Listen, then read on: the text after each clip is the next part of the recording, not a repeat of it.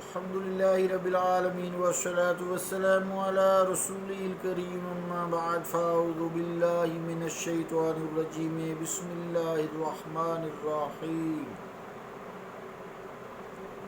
عزیزان گرامی قدر السلام علیکم ورحمۃ اللہ وبرکاتہ.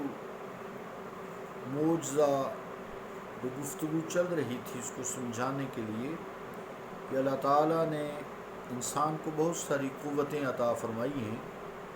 چونکہ انبیاء امتوں سے اوپر ہوتے ہیں، ان کے درجات بلند ہوتے ہیں، اللہ سے ان کا خاص تعلق ہوتا ہے. اللہ تعالیٰ ان کو معجزات عطا کرتا ہے، قوت عطا فرماتا ہے.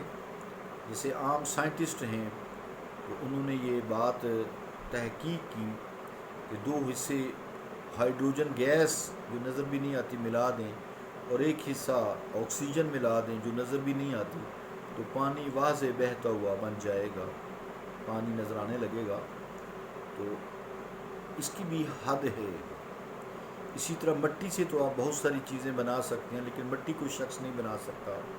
کسی میٹل جیسے لوہا ہے، سونا ہے، اس سے بہت سارے زیورات کی چیزیں بن سکتی ہیں، جہاز بڑے بڑے بن سکتے ہیں.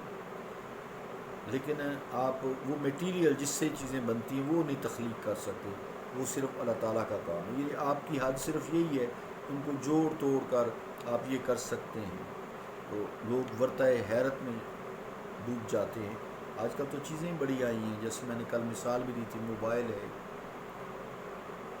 تو ان مثالوں سے یہ بات واضح ہو جاتی ہے کہ کرۂ ارض پر بسنے والے انسان جو خلیفہ ہے اللہ تعالیٰ کا، اس کو بڑی انسان کو قوتوں سے اللہ تعالیٰ نے نواز دیا ہے، لیکن ان کی حد مقرر فرما دی ہے جس سے وہ آگے سر منہ بال برابر بھی نہیں جا سکتے. قادر مطلق جو ہے، ان اللہ علی کل شیء قدیر ہے، علی کل شیء قدیر ہے، ہر چیز پر وہی قادر ہے.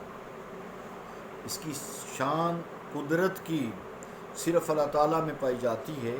وہ جو چاہتا ہے کرتا ہے. اس کے کلمہ کن کہنے کی دیر ہوتی ہے، چیز عدم سے وجود میں آ جاتی ہے، اور اس کی منشا اور ارادہ کے مطابق مارز وجود میں چیز ظاہر ہو جاتی ہے. اسے کوئی چیز بنانے کے لیے نہ تو خام مال کی ضرورت ہے، نہ کسی مواد کی ضرورت ہے، نہ کسی میٹیریل کی ضرورت ہے، نہ کسی مادہ کی ضرورت ہے، اور نہ اس کو کسی چیز کو عدم سے وجود میں لانے کے لیے اسباب کی ضرورت ہے، نہ کوئی حاجت ہے. کلمہ کن کہتا ہے تو چیز مارز وجود میں آ جاتی ہے. فاطر السماوات والارض، یہ اس کی فاطر ہونا اس کی صفت ہے. یعنی کیا فاطر السماوات والارض، ترجمہ کیا ہے کہ اللہ تعالیٰ نے آسمانوں اور زمین کو بغیر کسی سامان کے پیدا کیا ہے. اس کا کوئی نمونہ پہلے سے موجود نہیں تھا. بغیر نمونے کے زمین و آسمان کو اللہ تعالیٰ نے تخلیق کیا ہے. اور اس کی قدرت کاملہ کا یہ عالم ہے کہ اگر کوئی انسان ایسا کام کرتا ہے جو اس کی طاقت میں نہیں تو اس کا صاف مطلب یہ ہے کہ یہ قوت اسے قادر مطلق نے عطا فرمائی ہے، جبکہ اللہ تعالیٰ کی یہ قوتیں ذاتی ہیں. اور اسی قوت کو کام ملا کر یہ حیرت انگیز چیز بناتا ہے. چاہے وہ سائنٹسٹ ہے، بے شک کافر ہے. زیادہ تر سائنٹسٹ جو ہیں وہ کافر اس وقت کام کر رہے ہیں. مسلمانوں کو تو فرقہ واریت سے وقت نہیں ہے. تو اسی کو اگر یہ کام نبی کرتا ہے، جو عام سائنٹسٹ پہلے پڑھ لکھ کے سیکھ کے کرتا ہے، اور انبیاء بغیر بظاہر کسی یونیورسٹی کے نہیں ہوتے، اگر یہی کام انبیاء کرتے ہیں تو اسی کو معجزہ سے موسوم کیا جا سکتا ہے. بلکہ جا سکتا کیا، معجزہ ہے. یہی معجزہ ہے. جو کام جو انسان کے امکان میں، احاطہ امکان میں نہ تھا. انبیاء کے بارے میں گفتگو کر رہی ہیں، انسان سے مراد یہاں انبیاء ہیں. وہ ایسا کام کر دکھاتا ہے. اس کا مطلب یہ ہے کہ اس قادر مطلق کی دی ہوئی قوت سے اس نے یہ معجزہ دکھایا، یہ کام کیا ہے. چاہے وہ سائنٹسٹ ہی ہے، لیکن چونکہ معجزہ کا تعلق صرف اور صرف انبیاء سے ہے، کرامت کا تعلق اولیاء سے ہے. دونوں میں یہ بات بحث سے بعد میں کریں گے انشاءاللہ، بعد میں بحث ہوگی. مصر کے ایک فاضل اجلہ شیخ عبد الکریم خطیب نے اپنی تصنیف لطیف النبی محمد صلی اللہ علیہ وآلہ وسلم میں معجزہ کے موضوع پر گفتگو کی ہے. تقریباً وہی چیز بیان کی ہے جو کل ہم نے شیخ سعدی حوی رحمۃ اللہ علیہ کے حوالہ سے کی تھی، اور وہ اس سے مستفید ہوتے ہیں. یعنی وہ فرماتے ہیں کہ اللہ تعالیٰ جس انسان کو منصب نبوت کے لیے چن لیتا ہے، منتخب کرتا ہے، اللہ تعالیٰ کسی بھی انسان کو نبوت کے لیے، منصب رسالت کے لیے یا منصب نبوت کے لیے، وہ شخص نفسیاتی طور پر، روحانی طور پر اور عقلی طور پر ان کمالات کے باعث اپنی آنکھوں کا طائرہ ہوتا ہے. نفسیاتی طور پر بھی برتر ہوتا ہے، روحانی طور پر بھی برتر ہوتا ہے، اور عقلی طور پر بھی ان کمالات میں وہ برتر ہوتا ہے اور اپنی قوم کا طارہ ہوا کرتا ہے. اس قوم کے تمام افراد اس پر اپنے اوپر اس کی برتری کو تسلیم کرتے ہیں اور دل کی گہرائیوں سے پھر اس کا ادب و احترام کرتے ہیں اور اس کی اطاعت کو اپنے لیے سرمایہ افتخار سمجھتے ہیں.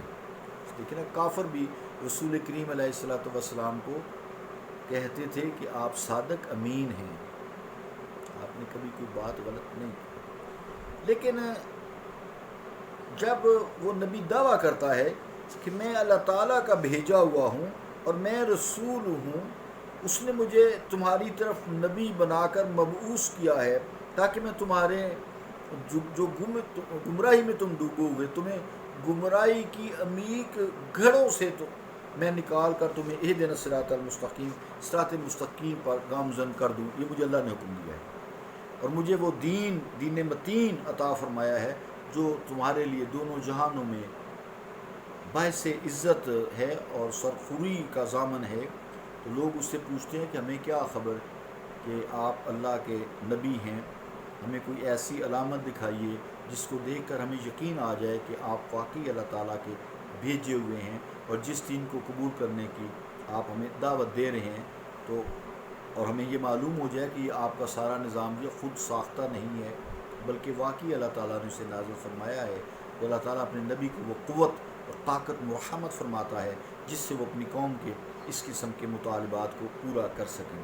انبیاء سابقین کو بھی اللہ تعالیٰ نے اس قسم کے معجزات ظاہر کرنے کے لیے قوت عطا فرمائی جن کو دیکھ کر وہ اپنی نبوت اور رسالت کے دعویٰ کو سچا ثابت کرنے کے لیے جو ہے وہ معجزات ان سے ظہور پذیر ہو کے دکھاتے تھے، یہاں تک کہ ان کی گردنیں اس معجزہ کی عظمت کے سامنے جھک جایا کرتی تھیں اور اپنے نبی کے دعویٰ کو تسلیم کرنے پر مجبور ہو جایا کرتے تھے. لیکن کچھ ہٹ درم بھی ہوتے تھے، جیسے مکہ کے کافر یا قوم سمود، قوم عاد، جتنی بھی قوم لوط، فرعون اور فرعون کے جو پیروکار تھے، وہ اتنے معجزات کو بھی دیکھ کر جو ہے وہ گمراہیوں کے عمیق گھڑوں سے انہوں نے نکلنا پسند نہ کیا اور وہی گمراہیوں کی ٹھوکریں ان کا مقدر بن گئیں، نتیجتاً انہیں تباہ و برباد کر دیا گیا. عزیزان گرامی قدر، یہ گفتگو کا سلسلہ ابھی جاری ہے کیونکہ اور بہت دیر تک جاری رہے گا تاکہ آہستہ آہستہ ہم معجزات کو سمجھ جائیں اور ہمارا اس پر پختہ یقین ہو جائے. اس طرح حضور کریم علیہ الصلوۃ والسلام کی جو معجزات ہیں، پھر ہمیں آپ سے زیادہ اور مزید محبت ہوگی. تو پھر آپ کی جب محبت ہوگی تو ہمیں اطاعت میں بڑی آسانی ہو جائے گی اور اتباع میں تو اور آسانی ہو جائے گی. یہ محبت سے ہم جب کہیں گے آقا علیہ الصلوۃ والسلام اس طرح نماز پڑھتے تھے، ہم ان کی نماز پڑھیں، اسی طرح پڑھیں. نماز تو اللہ کی ہے نا، یعنی ان کی طرح ہی پڑھیں. تو اسی طرح ہم روزے رکھیں، اسی طرح زندگی گزاریں جو ہم نے سیرت میں پچھلے بہت سارا عرصہ میں یہ لگایا ہے کہ آپ نے زندگی جسے اسوہ حسنہ کہتے ہیں کس طرح گزاری ہے. اللہ تعالیٰ ہمیں دین کو یہ سمجھ اور اس پر عمل کرنے کی بھی توفیق عطا فرمائے. صلی اللہ تعالیٰ علی رسول خیر خلقہ محمد وعلی آلہ وصحبہ اجمعین برحمتک یا ارحم الراحمین.